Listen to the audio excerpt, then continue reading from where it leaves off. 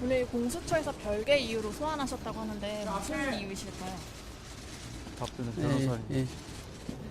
뭐, 저희는 뭐 대질이 아닐까 생각하고 있는데, 뭐, 추가로 지난 조사 이후에 지금 새로운 정보들이 많기 때문에 대질 외에도 약간의 보강 조사는 필요할 거라고 생각하고 있습니다.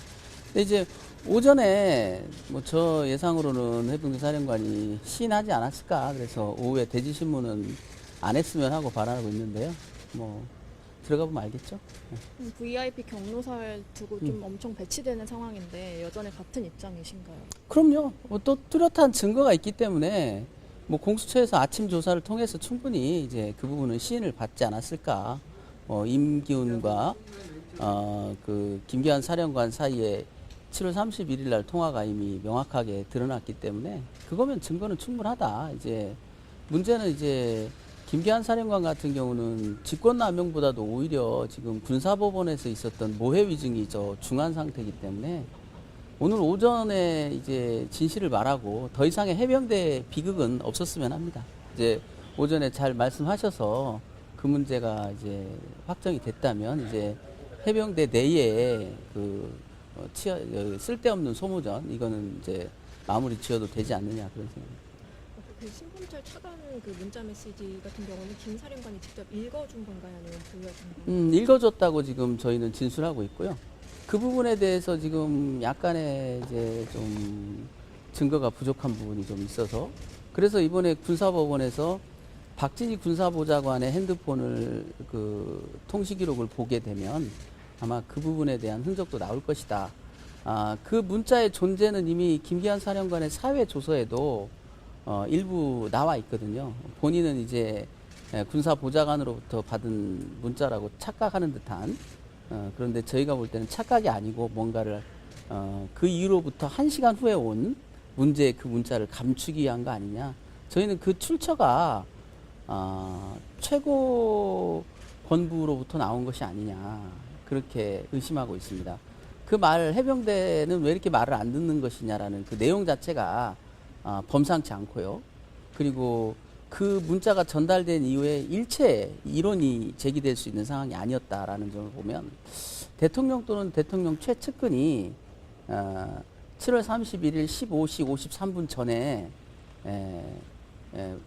그 박진희 군사보좌관을 통해서 임기훈과 박진희 군사보좌관이라는 기존 라인을 통해서 전달되는 것이 아닌가. 그 이후에 이제 그것을 각색해서 해병대 사령관한테 그 조사본부로 이관하지 말라는 명령이 내려졌지만 해병대 사령관이 그걸 또 즉시 수명하지 않았거든요. 그러니까 또 법무관리관을 통한 설득 작업이 있었고 그때까지도 이제 수긍을 안 하다 보니까 최후 통첩 형태로 그 원본 문자를 해병대 사령관한테 전달한 것이 아닌가. 그래서 이제 박정훈 대령 수사단장이 그 정확히 기억하는 법무관리관과 통화가 끝날 때쯤 왔다라는 그 시간이 정확히 일치합니다. 그 해병대 사령관이 기억하고 있는 그 문자를 읽었다는 시간이. 그런데 그 문자를 읽었다는 시간은 16시 53분인데 보냈다는 시간은 15시 53분이라는 건 말이 안 되지 않습니까? 1시간이나 그걸 읽지 않고 있었다. 근데 읽지 않았는데 어떻게 답을 할까요? 15시 53분에 읽었고 16시 09분에 답을 한 게 이 항명사건 수사기록에 명확히 나와 있거든요. 그래서 그 부분이 분명히 뭐 텔레그램으로 왔다 할지 해서 지우고 나서 지금 감추고 있는 거 아니냐. 그 부분은 군사법원에서 항명사건의 증거로 이번에 채택된 박진희 군사보좌관의 폰을 보면 알 거고 더군다나 공수처에는 이미 다 확보되어 있는 자료가 아니겠습니까? 지금 오늘 아침에도 뭐 좀 중요한 정보가 하나 온 게 지금 의외의 인물이 또 배후로 지목되고 있거든요.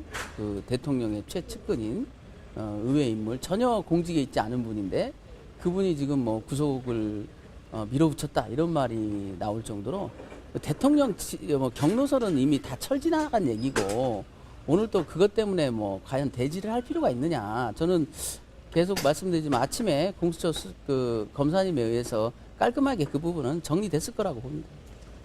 그 이시원 수석 말고 다른 인물 말씀하시는 건가요? 네, 지금 이시원 공직기강 비서관 외에 굉장히 의외의 인물이어가지고 아직 이제 그 정부의 출처를 좀 더 이제 점검을 해봐야 되겠지만 그게 사실이라면 정말 충격적인 내용이죠. 이제 기존에 알려졌던 인물이 전혀 아니고 예상 밖 인물이기 때문에 왜 그분들까지 이 문제에 끼어들었는지.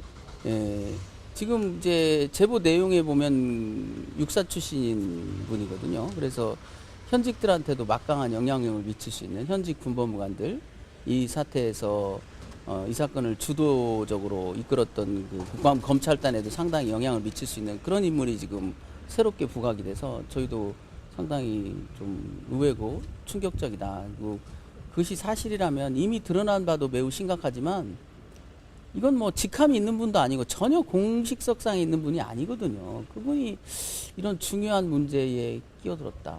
이걸 어떻게 해석해야 되는 건지 참 모르겠습니다.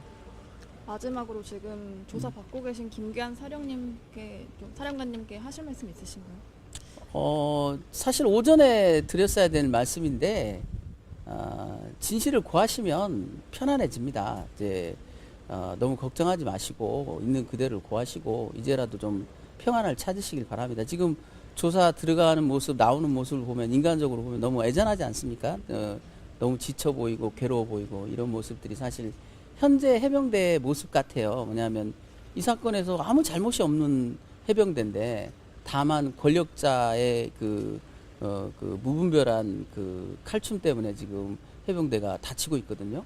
그 일만큼은 오늘로 좀 종결이 됐으면 하고 바라고 있습니다. 네, 네, 감사합니다. 대령님이 먼저 와주시겠습니까? 대령님이 네.